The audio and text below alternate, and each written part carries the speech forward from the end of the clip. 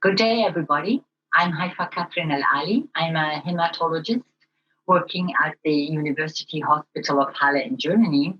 And it is a real pleasure for me to discuss with you today the challenging question of when to switch a patient from ruxolitinib, especially patients with myelofibrosis. And as you are all aware that many new drugs are being approved or being tested in clinical trials.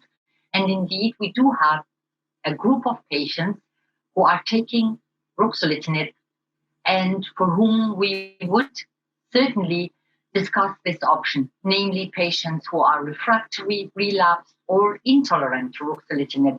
This is really not very easy in everyday clinical practice because, as you are all aware, there is no consensus definition for refractory patients or relapsed or intolerant patients. But overall, I think in everyday clinical picture, what helps is really common sense and the individualization of our decision making for each patient, because we know that MF is so heterogeneous, and for each individual patient, the demands and needs and hopes and response is quite different. But overall, for primary refractory, we might say that it is very unusual to see this under ruxolitinib, but a good guide after 3 months, if the patient didn't have at least a reduction by 30% of the baseline spleen size by palpation, or less than 10% of spleen volume per imaging, then you could consider maybe changing the treatment.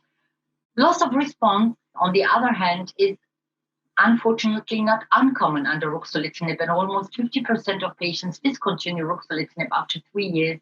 And the main reason was loss of response or disease progression. And again, I think the logical clinical practice and a good guide is if you had a patient with a good clinical response, meaningful clinical response, in terms of symptom disappearance, in terms of spleen volume reduction by palpation or imaging, and then there are again new symptoms or a spleen regrowth, then I think it is a very logical thing to consider again the option of switching this patient to ruxolitinib. And finally, regarding intolerance, I think a very good discussion was recently published in the updated Jakarta 2 analysis, where ruxolitinib toxicity was defined as new appearing of red blood cell transfusion for more than 2 units, more than 2 months under ruxolitinib, or more than at least a grade 3 or 4